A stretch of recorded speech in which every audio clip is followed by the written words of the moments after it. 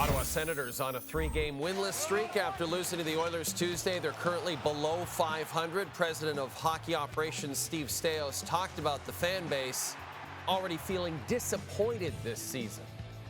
Well, it's fair to the fans to say that because that's sort of what we've proven up until this point. But it's up to us to change that narrative, and I believe we can, and I believe we will. I don't feel like this is a dire situation for this group at all. I think we've played very well at times, for long stretches as well. What we have done is we've identified that area where we need to improve, and whether it's, you can use all the words you want, like is it maturity, is it experience, or whatever it might be, we have to figure out how we can get better. And it's not one individual, and I know how this goes, and you're gonna go and grab a player or two and try and figure out, it's each individual in that room that needs to step up in that regard. Staios also addressed the play of Linus Ullmark, who has struggled this season, an .884 save percentage after the Sens traded for him and then signed him to a contract extension at the start of the season. I think his track record proves that he gets this turned around. He's a quality goaltender with a long track record of being a quality goaltender. There's times of the season where a player isn't playing at his best. It gets magnified when you're a goaltender, but we have full belief that Linus will get back to full form. Right on, right on.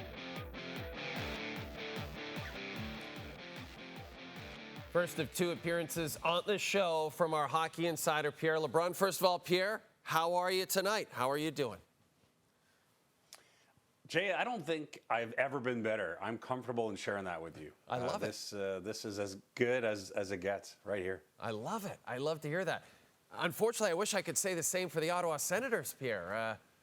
They've lost 5 of 7, and you just get the feeling, Pierre, that fan base, and Steve Staios talked about it, you just heard it, the fan base is getting the feeling of deja vu. What do you make of the Sens season so far? Yeah, well, it's not where management expected them to be 1 quarter into the season. And one of the things I should say is that I think a lot of people saw Steve Staios come down from his office to meet the media on Wednesday, and it was like, ooh, is he coming out to put out fires? No, that was actually pre-planned. He was going to talk to the media at the quarter point of the season, and so it just so happens it came after another tough loss. But having said that, I mean, you mentioned the fan base. I think there's some real obvious symmetry between the way the Senators fan base feels and the way the core of the Senators team carries some scars into this season. This is a core of a team that has had a lot of failure, particularly at this time of year, by the way, in November, over the last several years. And I think they at times they show they have a fragile psyche still. And you have a fan base that carries similar baggage from having their hopes dashed year after year. And so what's interesting is the fan base is here with the core of the team, but you got a whole new group of people running the team. Steve Staios and owner Michael Hanlauer and head coach Travis Green have none of that baggage. And it must be at times a bit perplexing for them to say, geez, we're only a game under 500. Relax, everyone. Well, you understand where the fans are coming from, and you understand where the core of the team is psychologically, because you're not going to believe it until you do it. Mm-hmm. And I think, some of the things that Steve Staios said on this day, he said, he talked about the mental resolve within a game and facing adversity within a game. Is there a team that gives up a goal from the other team more often than Ottawa after they score? I mean, it's uncanny. It happened again against Edmonton. The other night against Carolina, the calls then go Ottawa's way, but it feels like the Senators let that affect them. You can't do that if you're a playoff team, man. Like, you have to show more resolve, and that's part of what I think Steve Staios did a good job addressing in terms of wanting to hold his players accountable.